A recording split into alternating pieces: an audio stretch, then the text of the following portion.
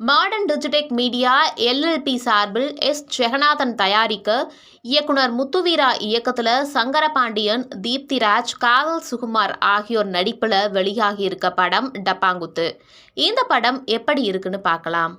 படத்தோட ஒன்லைன் என்னன்னா, ஊரா கலை நிகழ்ச்சிகள் செய்து பிழைப்பு நடத்தும் கலை குழுவினருக்குள்ள நடக்கிற சொந்த பிரச்சனை தான் இந்த கதையோட மையப்பொருளாகவும் இதுதான் இருக்கு. மதுரையை சேர்ந்த மதிச்சியம்பாண்டி, அதாவது சங்கரபாண்டியன், கலை நிகழ்ச்சிகள் நடத்தும் ஒரு ஆட்டக்காரனா இருக்காரு. அவர் தன்னோட குழுவினரோட சேர்ந்து மதுரையை சுத்தி இருக்க ஊர்களுக்கு எல்லாம் போய் நாட்டுப்புற கலை நிகழ்ச்சிகளை நடத்திட்டும் வராரு. அதுல கிடைக்கிற வருமானத்தை நம்பி தான் அவங்க வாழ்க்கையே இருக்கு. ஆனா அவனோட தாய்மாமன் தர்மலிங்கம், அதாவது ஆண்ட்ரூஸ், அந்த கலை நிகழ்ச்சிகளுக்கு நாடக நடிகர்களை புக் பண்ணி கொடுக்கும் ஒரு புரோக்கரா இருக்காரு. இப்ப தர்மலிங்கத்துக்கும் மதிச்சியம்பாண்டிக்கும் இடையே ஒரு சின்ன பிரச்சனை ஏற்படுது. அதுக்கு முக்கிய காரணமா இருக்கிறது அதே ஊரை சேர்ந்த தனம்ங்கிற பொண்ணுதான். அந்த பொண்ணு பாண்டியோட சேர்ந்து அவங்க கலை நிகழ்ச்சியில ஆட நினைக்கிறா. ஆனா அது தர்மலிங்கத்துக்கு பிடிக்கல. அதனால தனத்தை பாண்டியோட குழுவில் சேர்ந்து ஆடக்கூடாதுன்னு தடுக்கிறான். அதுக்கு சில பல வேலைகளையும் செய்கிறான். அதுல சிலர் பாதிக்கப்படுறாங்க. அப்படி பாதிக்கப்பட்டது யாரு? தனத்தோட பின்னணி என்ன? அந்த தர்மலிங்கம் ஏன் தனத்தை ஆடக்கூடாதுன்னு நினைக்கிறான்? தனம் பாண்டியோட ஆட மேடை ஏறினாளா? இப்படி பல கேள்விகளுக்கு விடைதான் இந்த டப்பாங்குத்து படத்தோட மீதி கதை. இயக்குனர் பாரதி ராஜாவோட தெற்கத்தி பொண்ணு படத்தின் மூலமா கதாநாயகனா அறிமுகமான சங்கரபாண்டி அடுத்து இந்த படத்துல கதாநாயகனா நடிக்கிறாரு. அவருக்கு ஜோடியா தீப்தி நடிக்க, இவங்களோட சேர்ந்து காதல் சுகுமார், ஆண்ட்ரூஸ், துர்கா, விஜய் கணேஷ், ரோபோ சந்துருன்னு மேலும் பல முக்கிய கதாபாத்திரத்துல நடிக்கிறாங்க. குறிப்பா சொல்லணும்னா சக்கு கதாபாத்திரத்துல கலக்குறாரு காதல் சுகுமார். அவர் கட்டும் கோமாளி வேஷம் அருமை. அவரது கதாபாத்திரத்தை இன்னும் கொஞ்சம் நல்லாவே எழுதியிருக்கலாம். அதுல கொஞ்சம் ஏக்கம் இருக்கதான் செய்யுது.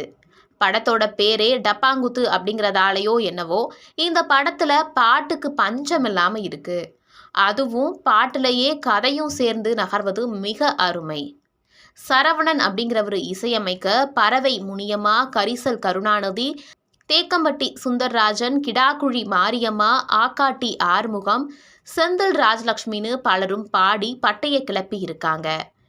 இந்த படத்தோட எல்லா பாட்டுக்கும் தீனா மாஸ்டர் பிரம்மாண்டமா நடனமும் அமைச்சிருக்காரு. அதுவும் சிறப்பாகவே வந்திருக்கு. ஒளிப்பதிவாளர் ராஜா கே. பக்தவச்சலத்தின் ஒளிப்பதிவு ஓகே ரகமா இருந்தாலும் ஆறுகளின் தொகுப்பை காட்டியிருக்கும் விதம் அருமை. குணசேகரன் எழுதியிருக்கும் திரைக்கதையில சில ட்விஸ்டுகள் நிறைந்து இருந்தாலுமே அது முன்கூட்டியே கணிக்கும்படியாதான் இருக்கு. எழுத்தில் சற்று கவனம் செலுத்தியிருக்கலாம். அதிக இடங்களை தீனா மாஸ்டரே கையாளுவதால் இயக்குனர் முத்துவீராவோட பணி சுமை குறைவாகவே இருக்கு. அதாவது படத்துல பாடல்களே அதிகம் அப்படிங்கிறது தான் இந்த குறியீடு. மொத்தத்துல இந்த படம் எப்படி இருக்குன்னா, மதுரை மண்ணோட மனம் மாறாமல் ரசிகர்களோட மனதை கவரும் வகையில சிறப்பாகவே அமைச்சிருக்கு. ஆனா அந்த ரசிகர்களுக்கு நாட்டுப்புற பாட்டு பிடிச்சிருக்கணும். அப்படியானவங்களுக்கு மெய்யாலுமே படம் செம ட்ரீட்டா அமையும்.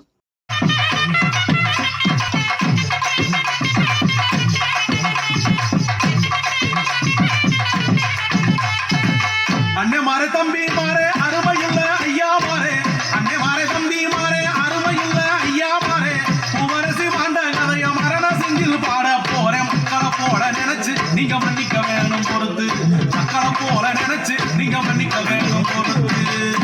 ஏப்பா பாடும்போது பாட்டுல பூவரசி பூவரசின்னு சொன்னியே, அந்த பொண்ணு பேரு உண்மையிலேயே பூவரசி தானா? இல்லப்பா, கதைக்காக நான் அப்படி ஒரு பேரை சொன்னேன். அப்படியா? அப்படின்னா அந்த பூவரசியோட கதையை சொல்லு.